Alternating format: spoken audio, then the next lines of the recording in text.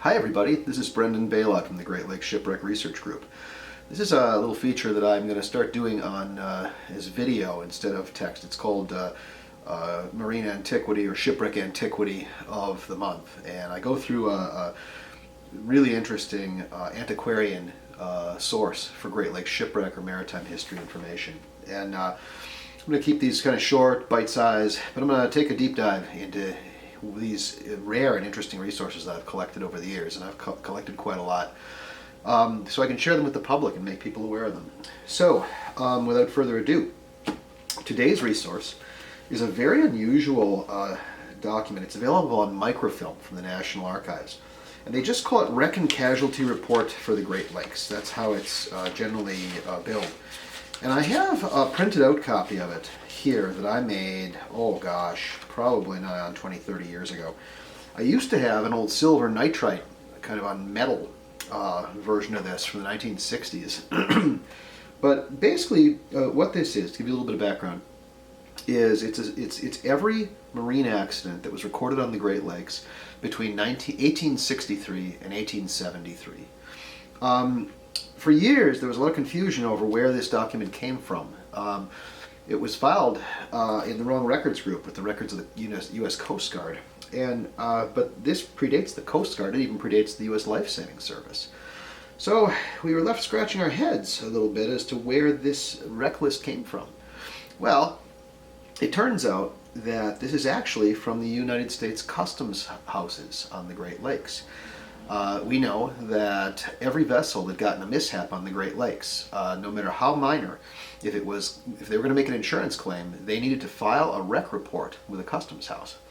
And I recently, many of you saw, went down to the National Archives Great Lakes Regional Office in Chicago to do a project, or to do some analysis, to start a project to digitize all the original wreck reports they have there.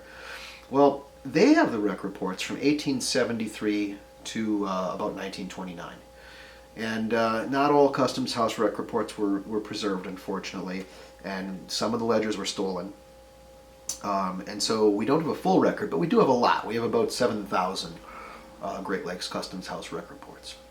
But what this is, we believe, is a master index, or a ledger of an abstract ledger of every wreck report that was filed on the Great Lakes in the 10 years before they started to keep wreck reports, starting in 1873. So we think this is a Customs House wreck report ledger of every wreck report from 1863 to 1873, which is a really important resource. So why is this thing so interesting?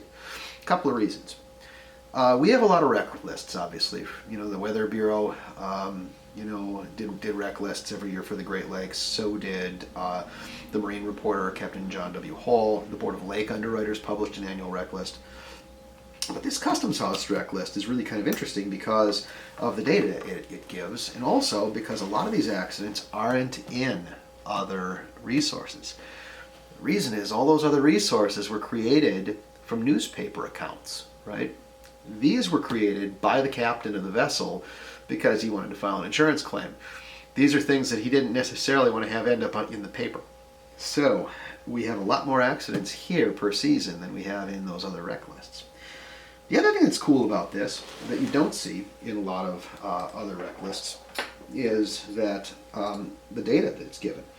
Now, it's handwritten, so it's hard to read, and I'm going to show some close-ups, but it lists the rig of the vessel, the name of the vessel, where it was owned out of, who owned it, where it was bound from, where it was bound to, the nature of the accident. You have to flip to the next page because it's a wide format. The locality of the accident, when it occurred, what month, the loss on the vessel, the loss on the cargo, the insurance on the ship, the insurance on the cargo, and the number of lives. And what's interesting also, that almost no other wreck list gives, is it gives the tonnage of the vessel. That's real important. The reason the tonnage is important is that there are so many vessels named Mary and Union and Jane, and that we don't know which one they're talking about. So try to figure out which schooner Dolphin wrecked, for example. You know which one this was that had the accident. So it's useful because it tells us which ships were on the lake still, which ones were still in service. But a lot of these accidents are really interesting, and a lot of them are high dollar value. A lot have loss of life, and so it's literally you know, a year by year list of every vessel that got into trouble. I would say a good percentage of them are total losses, and a good percent of them are wrecks that, you know, shipwrecks that may not be in anyone's list. And the reason is, this has never been transcribed. It's because it's hard to read. No one's ever gone through this and transcribed it. Just for the reference, there are thousands of accidents in this list. So I tried to put together a project to transcribe this one time. It's a huge shipwreck list. Not something I'm probably up for this year, but I may try to do it at some point in the future. You get the idea just how voluminous this list is. I'm paging through it 20 pages at a time, and you're just seeing tons and tons of accidents on the Great Lakes year by year. So anyway, a very interesting resource. I'm happy to you know, do lookups in it.